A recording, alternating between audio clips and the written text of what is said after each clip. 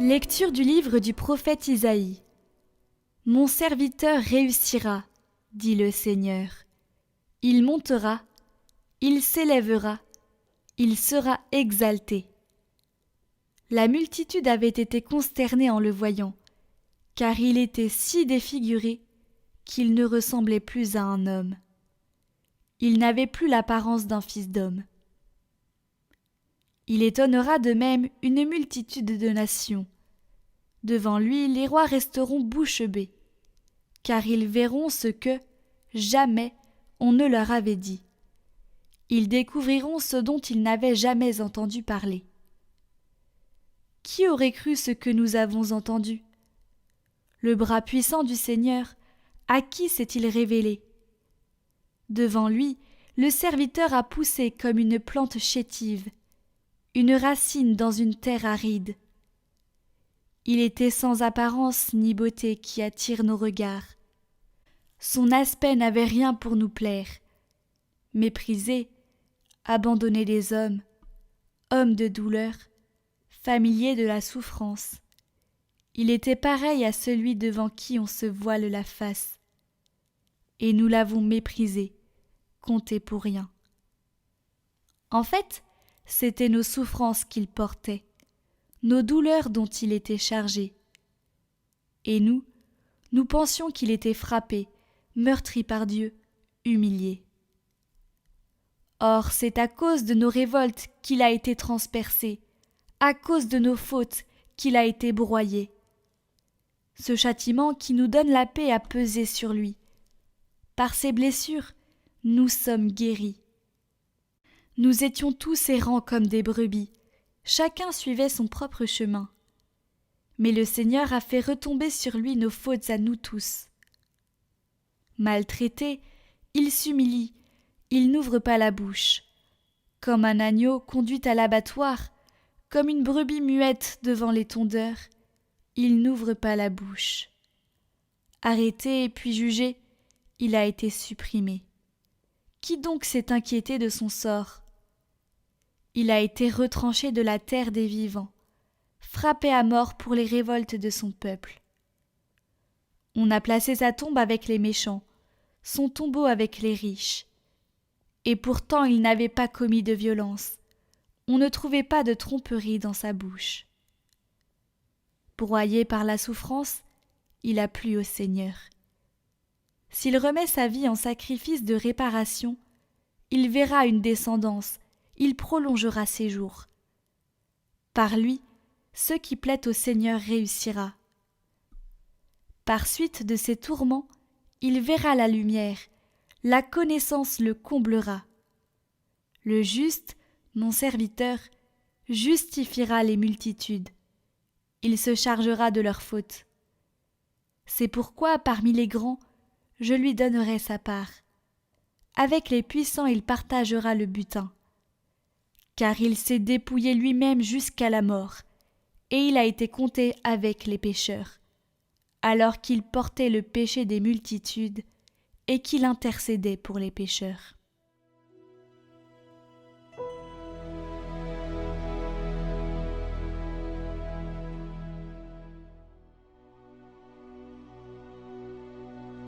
Ô Père, en tes mains, je remets mon esprit. En toi, Seigneur, j'ai mon refuge. Garde-moi d'être humilié pour toujours. En tes mains, je remets mon esprit. Tu me rachètes, Seigneur, Dieu de vérité. Je suis la risée de mes adversaires et même de mes voisins. Je fais peur à mes amis. S'ils me voient dans la rue, ils me fuient. On m'ignore comme un mort oublié, comme une chose qu'on jette. J'entends les calomnies de la foule. Ils s'accordent pour m'ôter la vie. Moi, je suis sûr de toi, Seigneur. Je dis, tu es mon Dieu. Mes jours sont dans ta main. Délivre-moi des mains hostiles qui s'acharnent. Sur ton serviteur, que s'illumine ta face. Sauve-moi par ton amour. Soyez forts, prenez courage, vous tous qui espérez le Seigneur. Ô Père, en tes mains, je remets mon esprit.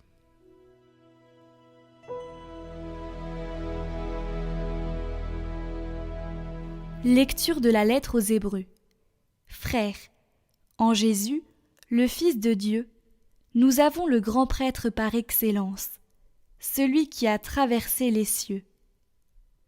Tenons donc ferme l'affirmation de notre foi. En effet, nous n'avons pas un grand prêtre incapable de compatir à nos faiblesses, mais un grand prêtre éprouvé en toutes choses, à notre ressemblance, excepté le péché.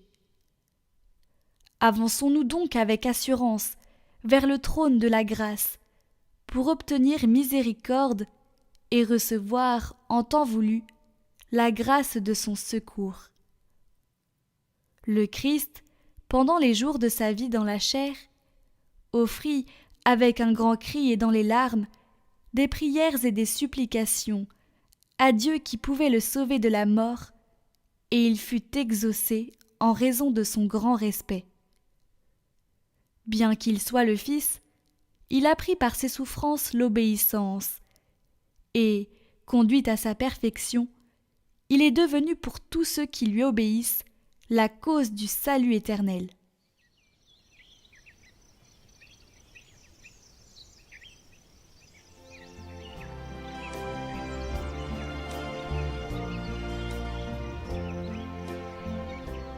La passion de notre Seigneur Jésus-Christ selon saint Jean.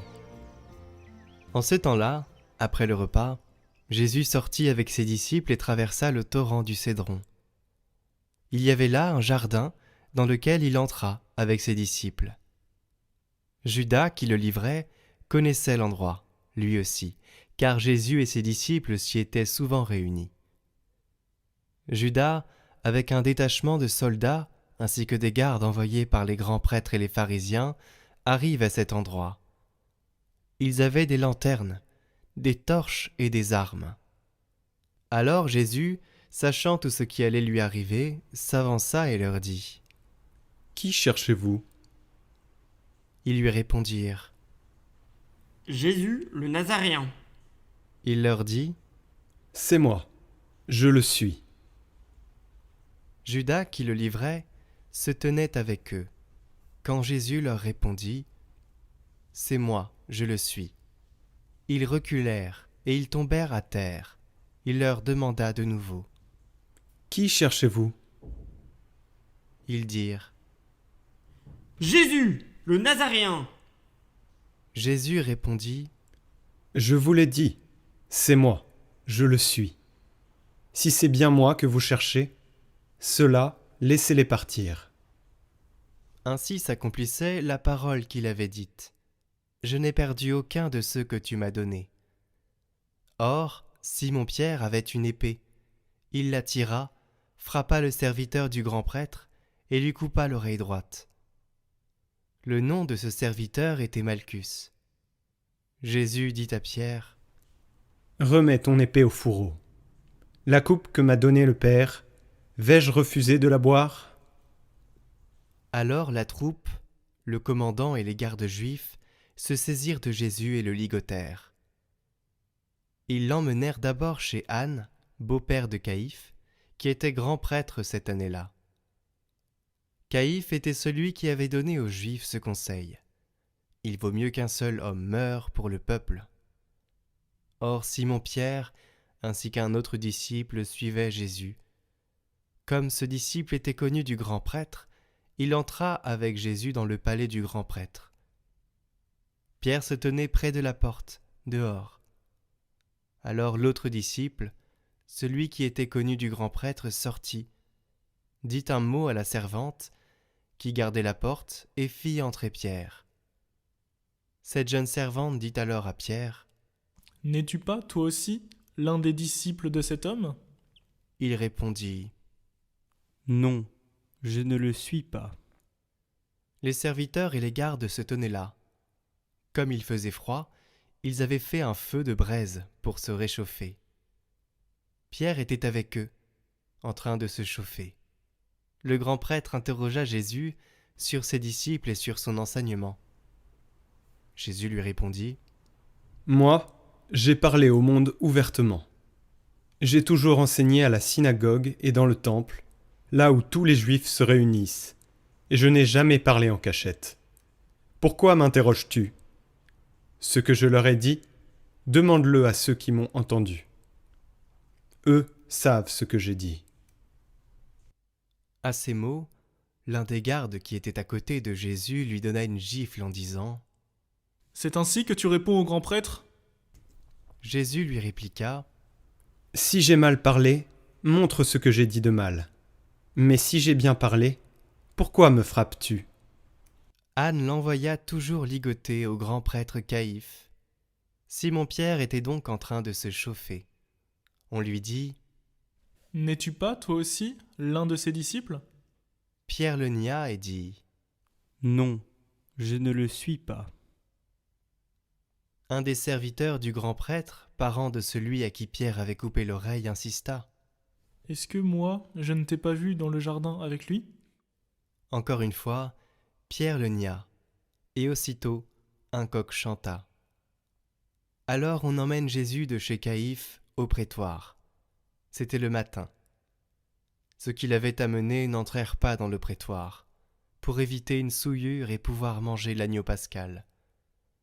Pilate sortit donc à leur rencontre et demanda « Quelle accusation portez-vous contre cet homme ?»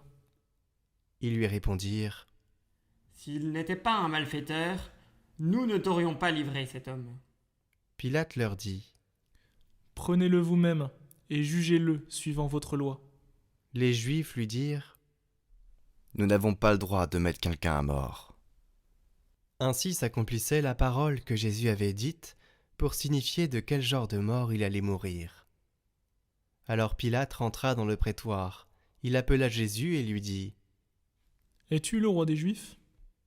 Jésus lui demanda « Dis-tu cela de toi-même, ou bien d'autres te l'ont dit à mon sujet ?» Pilate répondit « Est-ce que je suis juif, moi ? Ta nation et les grands prêtres t'ont livré à moi. Qu'as-tu donc fait ?» Jésus déclara Ma royauté n'est pas de ce monde. Si ma royauté était de ce monde, j'aurais des gardes qui se seraient battus pour que je ne sois pas livré aux Juifs. En fait, ma royauté n'est pas d'ici. » Pilate lui dit Alors, tu es roi. Jésus répondit C'est toi-même qui dis que je suis roi. Moi, je suis né, je suis venu dans le monde pour ceci. Rendre témoignage à la vérité. Quiconque appartient à la vérité, écoute ma voix. Pilate lui dit Qu'est-ce que la vérité ? Ayant dit cela, il sortit de nouveau à la rencontre des Juifs et il leur déclara Moi, je ne trouve en lui aucun motif de condamnation. Mais chez vous, c'est la coutume que je vous relâche quelqu'un pour la Pâque. Voulez-vous donc que je vous relâche le roi des Juifs ? Alors ils répliquèrent en criant « Pas lui, mais Barabbas !» Or ce Barabbas était un maudit. Alors Pilate fit saisir Jésus pour qu'il soit flagellé. Les soldats tressèrent avec des épines une couronne qui lui posèrent sur la tête. Puis ils le revêtirent d'un manteau pourpre. Ils s'avançaient vers lui et ils disaient « Salut à toi, roi des Juifs !» Et ils le giflaient. Pilate, de nouveau, sortit dehors et leur dit « Voyez, je vous l'amène dehors pour que vous sachiez que je ne trouve en lui aucun motif de condamnation. » Jésus sortit dehors, portant la couronne d'épines et le manteau pourpre. Et Pilate leur déclara « Voici l'homme !» Quand ils le virent, les grands prêtres et les gardes se mirent à crier. « Crucifie-le ! Crucifie-le !» Pilate leur dit « Prenez-le vous-même et crucifiez-le. Moi, je ne trouve en lui aucun motif de condamnation. » Ils lui répondirent « Nous avons une loi, et suivant la loi, il doit mourir, parce qu'il s'est fait fils de Dieu. » Quand Pilate entendit ces paroles, il redoubla de crainte. Il rentra dans le prétoire et dit à Jésus « D'où es-tu » Jésus ne lui fit aucune réponse. Pilate lui dit alors « Tu refuses de me parler, à moi ? Ne sais-tu pas que j'ai pouvoir de te relâcher et pouvoir de te crucifier ? Jésus répondit, Tu n'aurais aucun pouvoir sur moi si tu ne l'avais reçu d'en haut. C'est pourquoi celui qui m'a livré à toi porte un péché plus grand. Dès lors, Pilate cherchait à le relâcher. Mais des Juifs se mirent à crier. Si tu le relâches, tu n'es pas un ami de l'empereur. Quiconque se fait roi s'oppose à l'empereur. En entendant ces paroles, Pilate amena Jésus au dehors. Il le fit asseoir sur une estrade, au lieu dit le dallage, en hébreu, Gabbatha. C'était le jour de la préparation de la Pâque, vers la 6e heure, environ midi. Pilate dit aux Juifs, « Voici votre roi. » Alors ils crièrent, « À mort! À mort! Crucifiez-le » Pilate leur dit, « Vais-je crucifier votre roi ?» Les grands prêtres répondirent. Nous n'avons pas d'autre roi que l'empereur. Alors il leur livra Jésus pour qu'il soit crucifié. Ils se saisirent de Jésus, et lui-même, portant sa croix, sortit en direction du lieu dit le crâne, ou calvaire, qui se dit en hébreu Golgotha. C'est là qu'ils le crucifièrent, et 2 autres avec lui, un de chaque côté, et Jésus au milieu. Pilate avait rédigé un écriteau qu'il fit placer sur la croix. Il était écrit « Jésus le Nazaréen, roi des Juifs ». Beaucoup de Juifs lurent cet écriteau, parce que l'endroit où l'on l'avait crucifié, Jésus était proche de la ville, et que c'était écrit en hébreu, en latin et en grec. Alors les grands prêtres des Juifs dirent à Pilate, « N'écris pas roi des Juifs, mais cet homme a dit « Je suis le roi des Juifs ». Pilate répondit, « Ce que j'ai écrit, je l'ai écrit. » Quand les soldats eurent crucifié Jésus, ils prirent ses habits. Ils en firent 4 parts, une pour chaque soldat. Ils prirent aussi la tunique. C'était une tunique sans couture, tissée toute d'une pièce, de haut en bas. Alors ils se dirent entre eux, « Ne la déchirons pas. Désignons par le sort celui qui l'aura. » Ainsi s'accomplissait la parole de l'Écriture, ils se sont partagés mes habits. Ils ont tiré au sort mon vêtement. C'est bien ce que firent les soldats. Or, près de la mort de Jésus se tenaient sa mère et la sœur de sa mère, Marie, femme de Cléophas, et Marie-Madeleine. Jésus, voyant sa mère et près d'elle le disciple qu'il aimait, dit à sa mère, « Femme, voici ton fils. » Puis il dit au disciple, « Voici ta mère. » Et à partir de cette heure-là, le disciple l'a pris chez lui. Après cela, sachant que tout désormais était achevé pour que l'Écriture s'accomplisse jusqu'au bout, Jésus dit, « J'ai soif. » Il y avait là un récipient plein d'une boisson vinaigrée. On fixa donc une éponge remplie de ce vinaigre à une branche d'hysope, et on l'approcha de sa bouche. Quand il eut pris le vinaigre, Jésus dit, « Tout est accompli. » Puis, inclinant la tête, il remit l'esprit. Comme c'était le jour de la préparation, c'est-à-dire le vendredi, il ne fallait pas laisser les corps en croix durant le sabbat, d'autant plus que ce sabbat était le grand jour de la Pâque. Aussi les Juifs demandèrent à Pilate qu'on enlève les corps après leur avoir brisé les jambes. Les soldats allèrent donc briser les jambes du premier, puis de l'autre homme crucifié avec Jésus. Quand ils arrivèrent à Jésus, voyant qu'il était déjà mort, ils ne lui brisèrent pas les jambes. Mais un des soldats, avec sa lance, lui perça le côté, et aussitôt il en sortit du sang et de l'eau. Celui qui a vu rend témoignage, et son témoignage est véridique. Et celui-là sait qu'il dit vrai, afin que vous aussi, vous croyiez. Cela en effet arriva pour que s'accomplisse l'Écriture. Aucun de ces os ne sera brisé. Un autre passage de l'Écriture dit encore « Ils lèveront les yeux vers celui qu'ils ont transpercé. » Après cela, Joseph d'Arimathie, qui était disciple de Jésus, mais en secret par crainte des Juifs, demanda à Pilate de pouvoir enlever le corps de Jésus. Et Pilate le permit. Joseph vint donc enlever le corps de Jésus.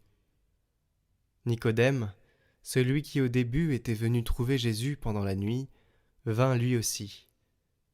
Il apportait un mélange de myrrhe et d'aloès pesant environ 100 livres.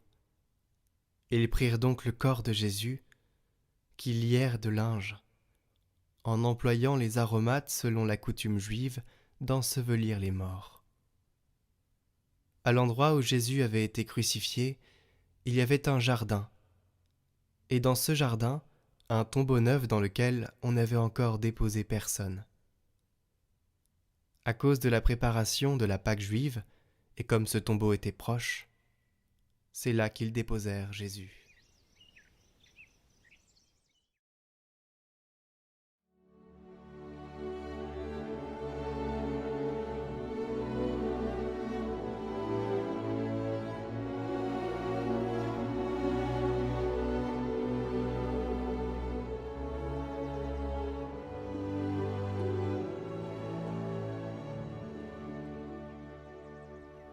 Cris, déchirements, pleurs, clous, insultes, crachats, vinaigre, lance. Et surtout ce grand silence, car le Verbe de Dieu ne parle pas. Celui par qui tout a été fait se tait. Devant ses agresseurs, ceux qui revendiquent, qui crient, ceux qui rient, qui pétitionnent pour un brigand, Barabbas, il n'ouvre pas la bouche. Insulté, il ne rend pas l'insulte. Maltraité, il ne fait pas de menaces. Le Verbe de Dieu ne commerce pas avec le mal. Lui qui est au-dessus de tout, qui vient de Dieu et retourne à Dieu, lui qui a tout fait, ne peut entrer en relation avec ce qu'il ne connaît pas, le péché. Avec le mal, il ne discute pas, mais il le porte sur ses épaules. Il ne le regarde pas, mais le traîne, le maîtrise et le détruit. Il n'aime pas le péché, et ce qu'il n'aime pas, il ne le regarde pas. Il ne regarde que ceux qu'il aime, les pécheurs. Il aime Pilate, il essaie de faire germer en lui ce qu'il peut y avoir de bon. Mais le désir de pouvoir, la pression de la foule, rend aveugle le gouverneur qui ne peut reconnaître que la vérité est en face de lui. « Qu'est-ce que la vérité ?» s'exclama-t-il. Jésus va mourir, certes, il le sait. En se taisant, il est exemplaire. Il meurt dignement, ses dispositions intérieures rendent sa mort éclatante aux yeux du monde. Il nous montre quel chemin suivre pour mourir, une acceptation, non pas une résignation.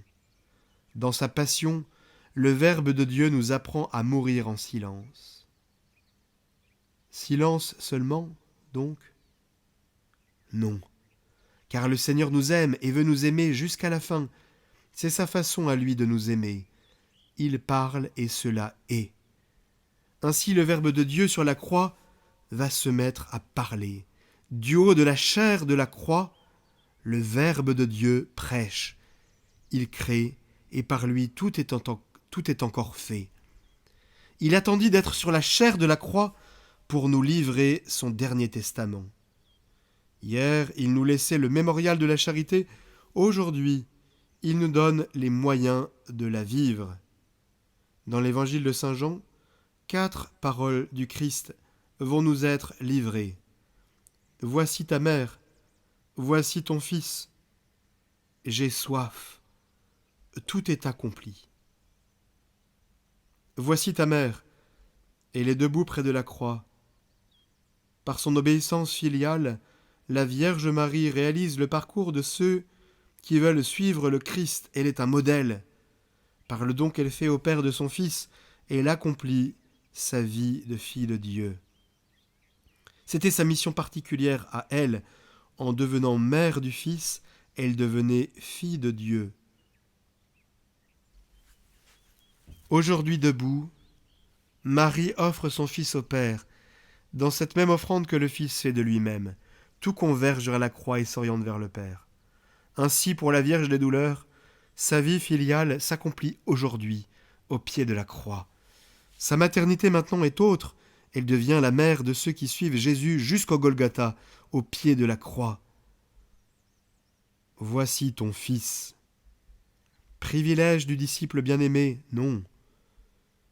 Mais chemin de ceux qui portent leur croix et veulent la configurer à celle de Jésus-Christ. Il appartient maintenant à la mère, à l'Église, d'éduquer ses enfants, de les ouvrir à la vie par les sacrements qui jaillissent de son cœur, de son Fils, et de tout mettre en œuvre pour que nous devions tous des fils de Dieu. Et fils de Dieu, nous le sommes aujourd'hui par la croix. Tout est accompli. Le Fils nous donne aussi sa soif pour le salut du monde. J'ai soif. Car oui, frères et sœurs, cette soif du Christ est toujours actuelle, elle est même nôtre. Tout est accompli, tout est en place pour que nous puissions devenir des enfants de Dieu par celui par qui tout a été fait. Jésus nous demande de poser un acte de foi. Jésus a soif du salut du monde, mais il ne peut avoir soif à ma place. Ici, dans les ténèbres de nos vies, dans toutes ces croix que nous avons à porter, aujourd'hui, nous pouvons offrir au Seigneur, qui veut nous en décharger, et il ouvre ses bras pour toutes les embrasser. Curieuse soif. Les croix ont souvent un goût de fiel, car elles sont le fruit de mon péché et du mal qui se déploie sur la terre, et dont je ne suis pas toujours responsable. Mais il veut les porter gratuitement, afin que nous goûtions au lait et au miel. Puissent nos croix se configurer à celles de Jésus. Avons-nous soif de cela ? Jésus est mort, il est bien mort. Il meurt en ouvrant sa bouche créatrice. Il meurt en ouvrant ses bras. Il meurt en ouvrant son cœur. Il meurt car il veut nous redonner la vie. Alors, âme blessée, chers amis de Catoglade, pleurons, oui, pleurons sur nos péchés, disons notre douleur, mais courons, hâtons-nous, où ça me direz-vous ? Au Golgotha, prenons les ailes de la foi, allons vite, où donc me direz-vous ? À la colline de la croix, là est notre salut.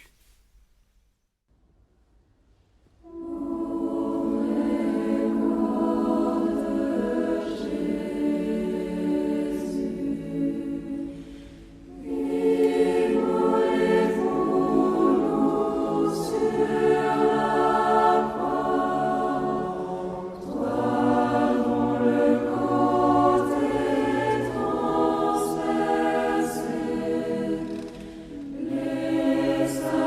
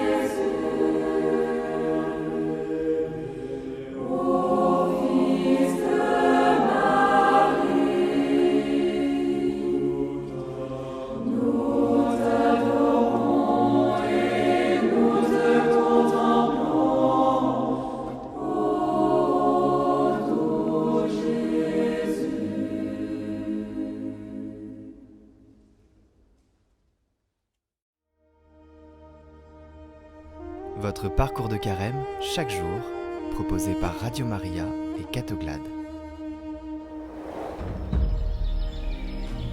Bonjour à tous, aujourd'hui nous nous retrouvons pour méditer avec la communauté de Chapeuil sur le Vendredi Saint, cette journée si particulière où le Christ a tant souffert, il a vécu sa passion, il a aussi parlé et il a dit « j'ai soif ». Et c'est sur cette phrase que nous allons méditer aujourd'hui. Bonjour à vous tous qui allez partager avec moi cette émission. En ce jour, nous célébrons la mort de Jésus sur la croix. Aussi, je vous propose de laisser résonner dans notre cœur cette parole qu'il a prononcée sur la croix, « J'ai soif ». Sur l'invitation de saint Ignace, dans sa méthode de contempler les scènes de l'Évangile, je vous invite à vous représenter par l'imagination le calvaire, où Jésus est pendu sur la croix, et à vous y rendre présent.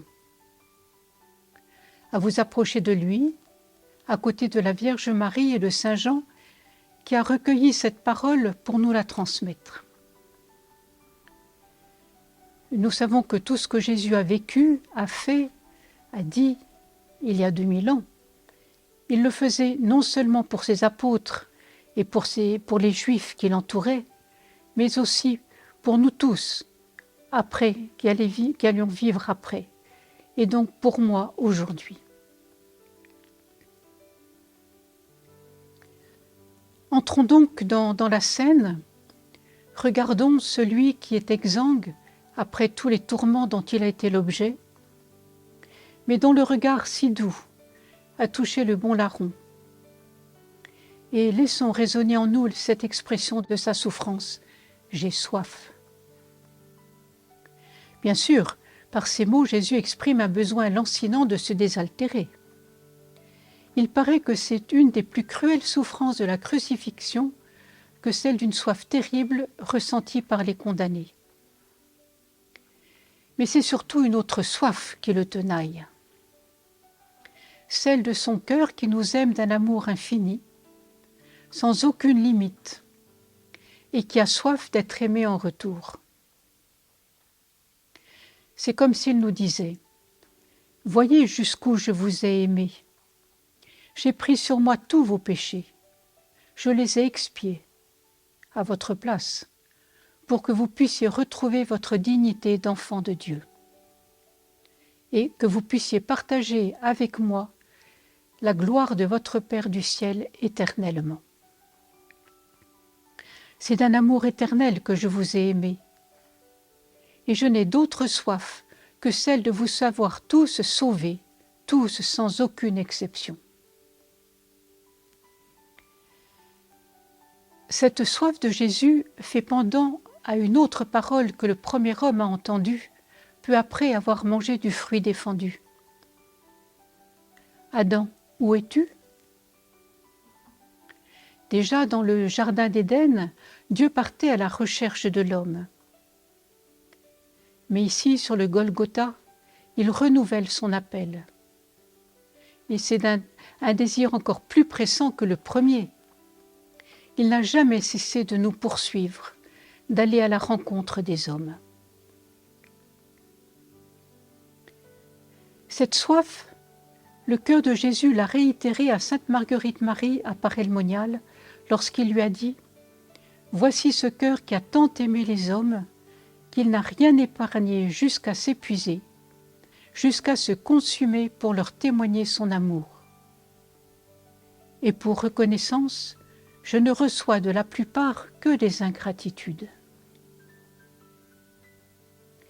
Le Fils de Dieu vient à nous comme un mendiant. Il mendie notre amour. Divo Barsotti a pu dire à ce sujet « La chose la plus grande dans l'amour de Dieu n'est pas le fait qu'il nous aime, mais le fait qu'il nous demande notre amour, comme s'il ne pouvait se passer de ce que nous pouvons lui donner. » Cette soif nous interpelle, car nous aussi nous avons soif. Nous avons soif d'aimer et d'être aimés. Soif qu'aucune créature ne peut désaltérer. Tu nous as fait pour toi, Seigneur, et notre cœur est sans repos tant qu'il ne demeure en toi, disait saint Augustin.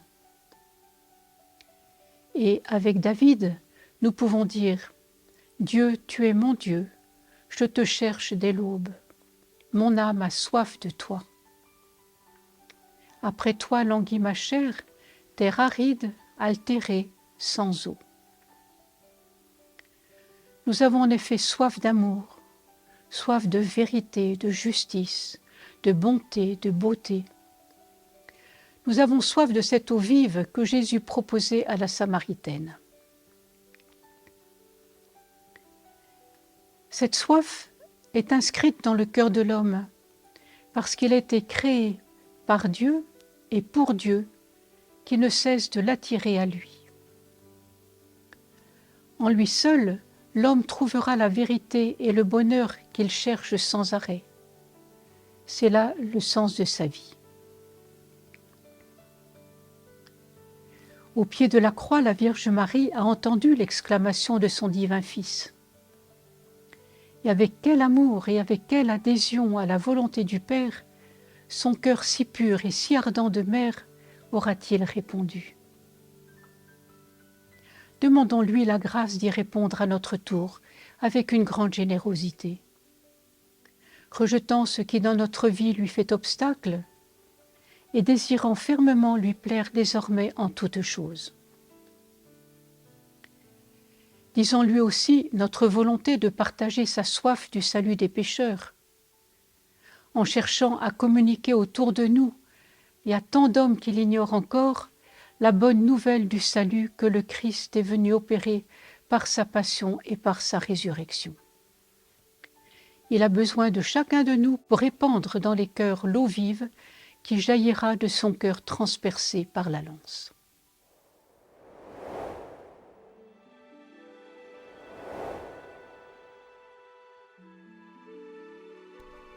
Et demain, nous nous retrouvons pour le samedi saint, une journée sans messe, où le Seigneur descend dans les enfers et remonte, où on attend la victoire dans le silence, dans la tristesse aussi, mais dans l'espérance.